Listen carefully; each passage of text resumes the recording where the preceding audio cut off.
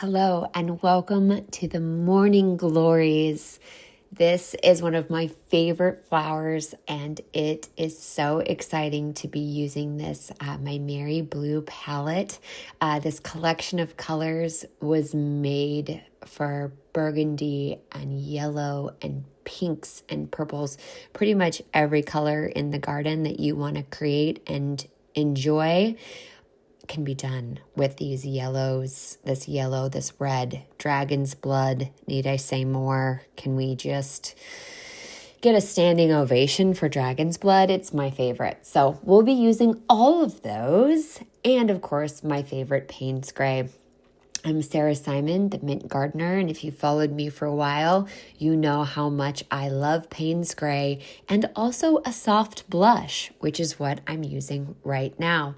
So I am starting off with just those clear washes. All right. If you've been following this series, me playing with these different color combinations in Maimeri blue, you'll know that watercolor washes can be created many ways.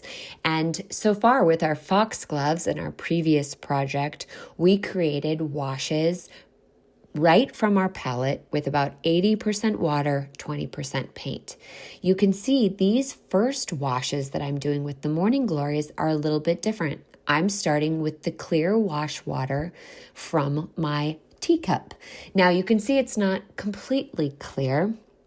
And for me, I actually like to work with a little bit of that blush color already in the bottom of my teacup, just so that everyone can see what I'm doing and I can also see what I'm doing. You can see that we're getting this base color on, and by starting with a really pretty base wash of color that's just the remnants of what's in your jar, you're able to kind of get an idea of the composition of your piece.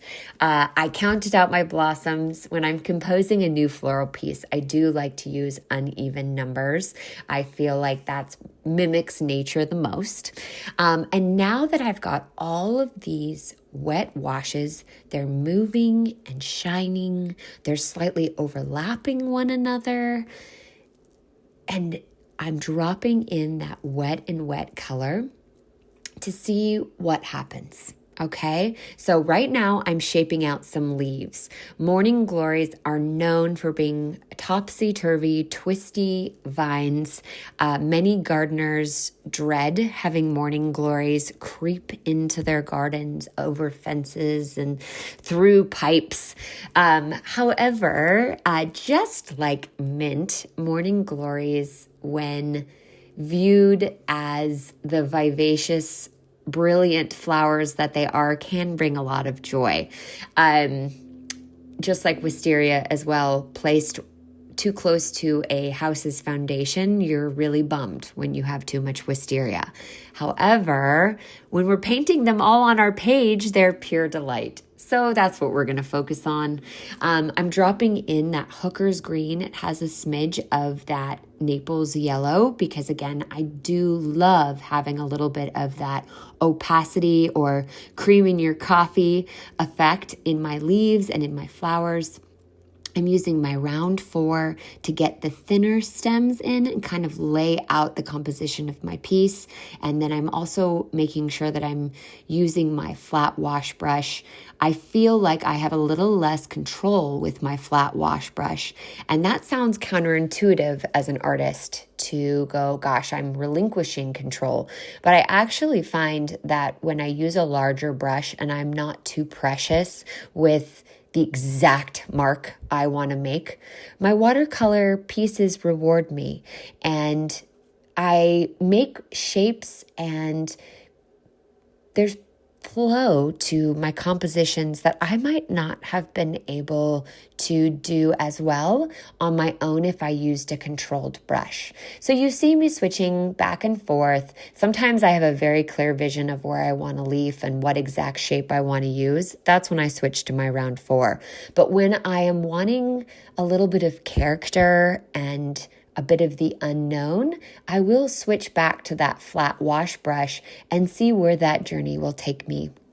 I often say watercolor is a bit like a symphony or a large theater production, where acrylics and oils and markers, it's more of a dialogue, or it's more of a monologue, really, or a comedic stand-up show. There's just one player, all right?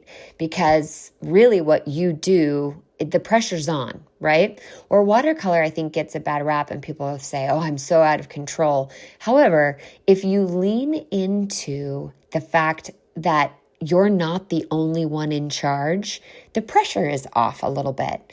Your job as the painter is to suggest where color and light and shadow can play, where the paint and the paper and the paintbrush then get to respond.